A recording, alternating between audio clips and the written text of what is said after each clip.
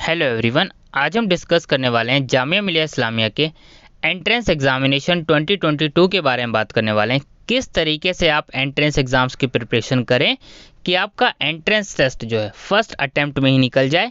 क्या क्या गलतियां नहीं करनी है ये हम इस वीडियो में डिस्कस करने वाले हैं। एक एक स्टेप वाइज मैं आपको इसमें बात करने वाला हूँ। आपको इसी तरीके से प्रिपरेशंस करनी है, ठीक है। और टॉपिक वाइज जो है प्रिपरेशंस की आज से पहली वीडियोस अपलोड होगी, ठीक है, जिसमें हम जनरल टेस्ट जो कि नॉर्मली जामिया का सिलेबस है, जनरल टेस्ट नॉलेज ही वही सारा सिलेबस है। General knowledge, current affair, reasoning series already start है। प्लेलिस्ट अलग से बना दी गई है जो कि जनरल टेस्ट की है, जिसके अंदर जो है सारे टॉपिक्स कवर कराए जाएंगे, ठीक है। टॉपिक वाइज पढ़ाया आपको यहीं जाएगा और पढ़ाने के बाद जो है आप MCQ क्वेश्चंस की जो प्रैक्टिस है वो आप CU एट प्रिपरेशन जो कि नेक्स्ट चैनल है, चैनल का लिंक आपको डिस्क्रिप्शन बॉक्स में मिल जाएगा। आप वहां से MCQ क्वेश्चंस की प्रैक्टिस साथ साथ कवर करते चलिएगा। अगर आप साथ साथ सारी चीज़ें कवर करते चलिएगा तो लगभग मैं आपका 50% तो सिलेबस आपका कवर करा ही दूंगा। बाकी आपको खुद प्रैक्टिस करनी है। मैंने आपको कहा है कि आपको एक सोर्स पे डिपेंड नहीं होना है, आपको ज़्यादा टाइम वेस्ट नहीं करना है, क्योंकि अब आपके पास टाइम बचा है कम। अगर आप अब एक भी दिन वेस्ट करेंगे तो आप एक दिन वेस्ट करेंगे, ये ध्यान रखिएगा, दूसरा बच्चा एक दिन वेस्ट नहीं कर रहा है, वो ज़रूर तैयारी कर रहा है। तो यानी फिर आपने एक दिन वेस्ट किया, यानी आप एंट्रेंस टेस्ट क्लियर करने से वहीं रह गए। तो ये अब आपको ध्यान रखना है। तो चलिए अब बात करते हैं स्टेप बाय स्टेप कैसे आपको प्रिपरेशन करनी है।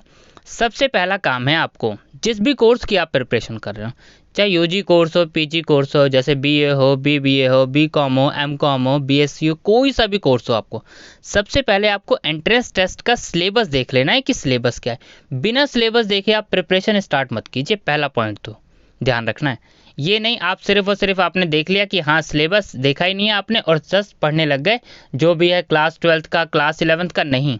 जो आपके कोर्स में है एंट्रेंस टेस्ट में सिर्फ आपको वही पढ़ना है, आपको 11th 12th आपको ऐसा कुछ भी नहीं पढ़ना है, ये आपको ध्यान रखना है। तो पहला पॉइंट ये आपका एंट्रेंस टेस्ट सिलेबस। सिलेबस की वीडियो बहुत सारे चैनल पे अपलोड है, आप देख लीजिएगा।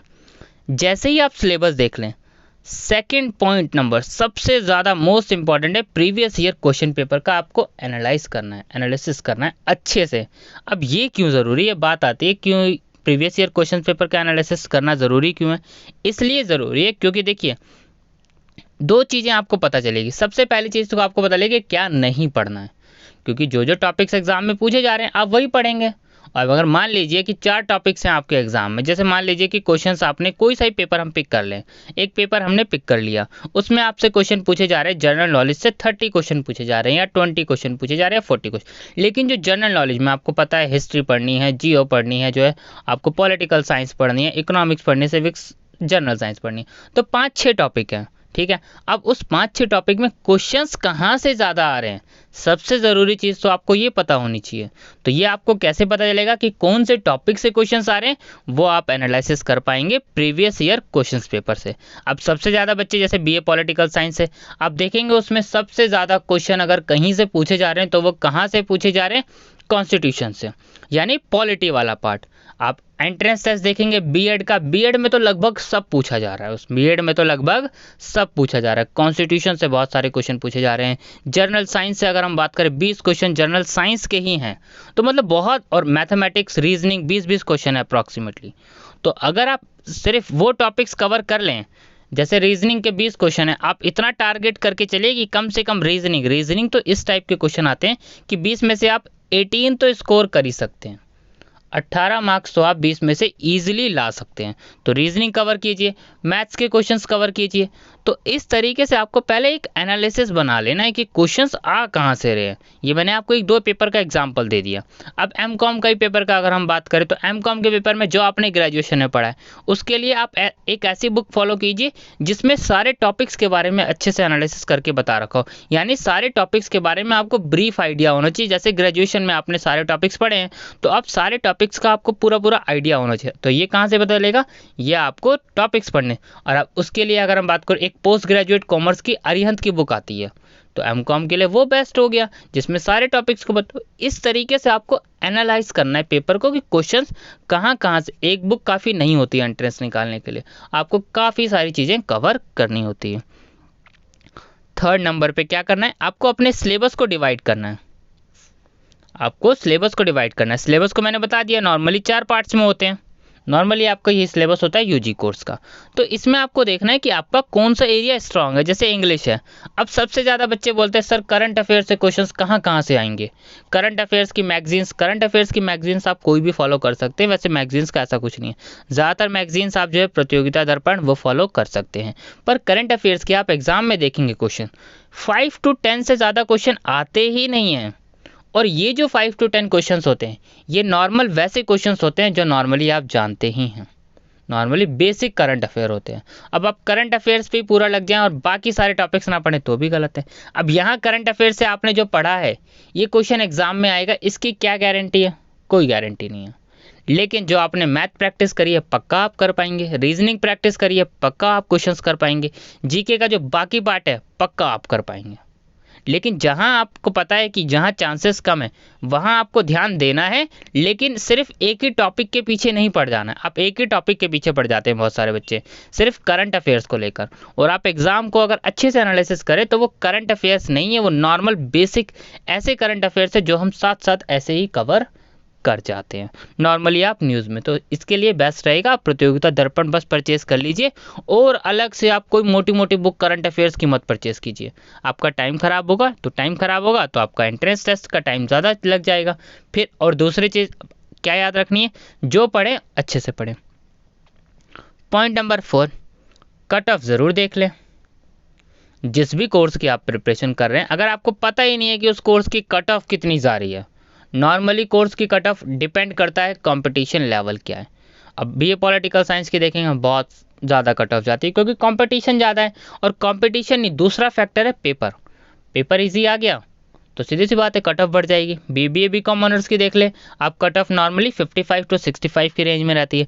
बीएड की कट ऑफ देख लीजिए, अब बीएड की कट ऑफ आप 2020 की देखेंगे तो कम गई थी, 2021 की देखेंगे तो बहुत ज़्यादा गई है। अब ऐसा क्यों हुआ, ये डाउट आ जाता है कि सर इतनी हाई कट ऑफ जा रही है। कोई रीज़न नहीं है कट ऑफ हाई जाने का, एक ही रीज़न है क्वेश्चन पेपर इजी आना। अब देखिए बीएड का क्वेश्चन पेपर आप देखेंगे 2021 का, तो कुछ क्वेश्चन जो है बीएड 2020 से पेपर से पूछे गए, प्रीवियस ईयर क्वेश्चन से कई क्वेश्चन पूछे गए, एमएड के पेपर से, बीएड नर्सरी, तो ये पेपर मिक्स करके क्वेश्चन पूछे।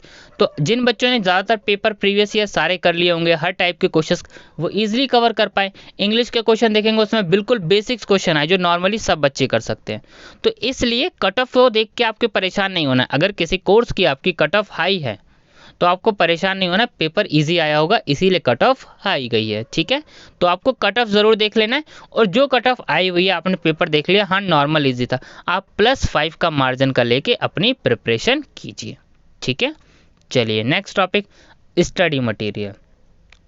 सबसे ज़रूरी, अपना स्टडी मटेरियल आप पहले कलेक्ट कीजिए कि किस किस टॉपिक्स को आपको कहाँ कहाँ से पढ़ना है, किस किस टॉपिक्स को आपको कहाँ। अब ये क्वेश्चंस लिमिटेड मत कीजिएगा, एमसीक्यू क्वेश्चन जितनी हो सके प्रैक्टिस करते रहिए, लेकिन टॉपिक पढ़ने के लिए आपको बुक ज़रूर चाहिए। टॉपिक पढ़ने के लिए आपको बुक ज़रूर चाहिए। आप ज़्यादा से ज़्यादा 1 से 2 बुक रेफ़र कीजिए। एक बुक से एग्ज़ाम नहीं निकलता, ये ध्यान रखिएगा। अगर आप सोचे कि एक बुक आपने पढ़ ली और आपका एग्ज़ाम निकल गया तो आप गलत है कहीं ना कहीं।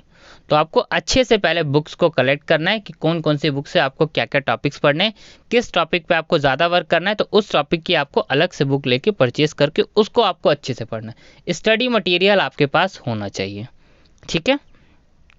बुक्स के बारे में हमने बात कर ली, अब बात करते हैं, अब बुक्स आपने ले ली, स्टडी मटेरियल आपके पास हो गया, अब प्रॉपर नोट्स आपके पास। जो पढ़ते जाएं, जो आपको लगे ये इंपॉर्टेंट है उसका नोट्स बना लीजिए। सिंपल, सबसे पहली चीज़ तो ये है, जितने जितने टॉपिक्स आप पढ़ें पॉइंट नोट करते चलिए। आपने इस टॉपिक्स के बारे में जान लिया, सेकंड आपने पढ़ लिया, आपने इस टॉपिक्स के, मान लीजिए आप एक टॉपिक्स लेके बैठे, इकोनॉमिक्स बुक लेके बैठे। अब इकोनॉमिक्स में आपने क्या क्या पढ़ लिया, जैसे आरबीआई के बारे में आपने पढ़ लिया, ठीक है, बैंकिंग के बारे में थोड़ा सा आपने पढ़ लिया, मनी के बारे में आपने थोड़ा सा पढ़ लिया, ठीक है, प्लानिंग कमीशंस के बारे में आपने पढ़ लिया, first 5 year plan, second third, ये सब पढ़ लिया। मैंने जो टॉपिक्स आपने पढ़ लिए वो सारे नोट डाउन करते चलिए। अब इससे क्या होगा कि आपको पता रहेगा कि आपने क्या क्या पढ़ लिया है, और रिवीजन के टाइम पे जब आपके नोट्स ही काम आएंगे, बुक्स काम नहीं आएंगी, क्योंकि रिवीजन आप क्या से बुक से कैसे सारी कर लेंगे, नहीं ना, तो नोट्स की ज़रूरत पड़ती है। तो आप जितना हो सके नोट्स, एक अलग से कॉपी, अच्छी ज़्यादा पेज की भी नहीं बनानी, पर एक कम से कम आप जो 200 पेजेस की एक कॉपी बना के रखिएगा और उसमें साथ साथ नोट्स बनाते चलिएगा, ठीक है। सबसे मोस्ट इम्पॉर्टेंट है डेली स्टडीज़, मिस नहीं करना है किसी भी दिन। और अभी अगर हम बात करें, अब डाउट आता है बच्चे सर कितने घंटे पढ़ें। देखिए घंटे तो मैटर बिल्कुल वैसे भी नहीं करते, आप 1 घंटा पढ़ें या 2 घंटा पढ़ें मैटर नहीं करता, लेकिन आपका टारगेट क्या है डेली का। अगर टारगेट डेली का अचीव हो गया, अब आप मत पढ़िए, कोई दिक्कत नहीं। मेन आपका टारगेट होना चाहिए। आपने टारगेट बना लिया कि आज आपको एक टॉपिक करना है और 50 एमसीक्यू क्वेश्चन या 100 एमसीक्यू क्वेश्चन प्रैक्टिस करने हैं, बस टारगेट अचीव, आपका आज का काम खत्म, सिंपल। आप टारगेट डिवाइड कर लीजिए, क्योंकि आपको ध्यान रखना है कि आपको सिलेबस जल्द से जल्द खत्म करना है सारा, और जितनी जल्दी आप खत्म करेंगे, क्योंकि उसके बाद आपको सिर्फ क्वेश्चन ही प्रैक्टिस करने हैं ज़्यादा से ज़्यादा। तो डेली स्टडी करनी है, चाहे 2 घंटा आप मान लीजिए, चाहे 3 घंटे मान लीजिए, आपको जैसे ठीक लगे, क्योंकि आपको सिलेबस, अब हर बच्चे का अपना अपना अलग स्ट्रैटेजी होती है। कोई बच्चे 2 घंटे पढ़ लेते हैं, कोई बच्चे 4 घंटे, कोई बच्चा 1 घंटे में कवर कर लेता है, तो ये डिपेंड करता है आपके ऊपर। तो आप अपने हिसाब से स्टडी कीजिए। और सबसे ज़रूरी होता है रिवीजन। अब एक ये भी डाउट आता है सर कितनी बार रिवीजन करनी चाहिए। देखिए रिवीजन कितनी बार करनी चाहिए ये मैटर नहीं करता है, लेकिन कम से कम आप 3 से 5 बार रिवीजन ज़रूर कीजिए। अब देखिए मैं नॉर्मली 3 से 5 क्यों कह रहा हूँ, इसलिए भी मैं कह रहा हूँ ना, क्योंकि फर्स्ट टाइम जब आप पढ़ेंगे तो बहुत टाइम लगेगा, सेकंड टाइम पढ़ेंगे और कम टाइम लगेगा, थर्ड पढ़ेंगे और कम, फोर्थ और कम, 5 और कम। अब नॉर्मली अब 3 से 5 बार कहें सर इतना तो जल्दी जल्दी हो नहीं पाएगा, बिल्कुल हो पाएगा, बिल्कुल हो पाएगा। आप बिल्कुल प्लानिंग से तरीके से कीजिए, सारी चीज़ें हो पाएगी। देखिए हार्ड वर्क करोगे तभी आपका एडमिशन होगा, ठीक है, हार्ड वर्क करना ही पड़ेगा। अब हार्ड वर्क मतलब क्या है, हार्ड वर्क मतलब खाली हार्ड वर्क, आपको उसके अंदर बिल्कुल घुस नहीं जाना है, बिल्कुल नहीं। आपको जस्ट हार्ड वर्क मतलब आप 1 घंटे अगर पढ़ रहे तो वो सीरियसली पढ़ें, ये नहीं कि मतलब कि आप बैठ के पूरे दिन पढ़ रहे हैं, हाँ ये हो गया हार्ड वर्क, ये हार्ड वर्क नहीं है। हार्ड वर्क मतलब आपने 1 घंटा पढ़ा, बस काफ़ी है।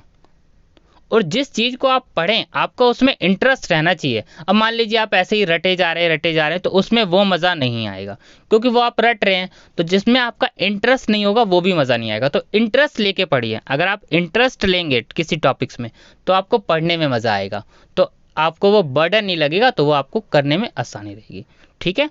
तो इस time hard work smart work दोनों ज़रूरी है, ठीक है। हार्ड वर्क तो कहते हैं कि मेहनत करनी चाहिए, पर मेहनत आपको खाली मजबूरी में करें वो कोई फ़ायदा नहीं, जब आपको खुशी मिलेगी तो वो हार्ड वर्क आपका जो है रंग लाएगा, ठीक है, ये आपको ध्यान रखना है। अब है पॉइंट नंबर 10। पॉइंट नंबर 10 ये है कि बाकी सारे पॉइंट्स आपको नहीं भूलने हैं, जिस जिस तरीके से आपको मैंने बताया है ये सारे पॉइंट्स आपको याद रखने हैं, इसी तरीके से आपको प्रिपरेशंस करनी है।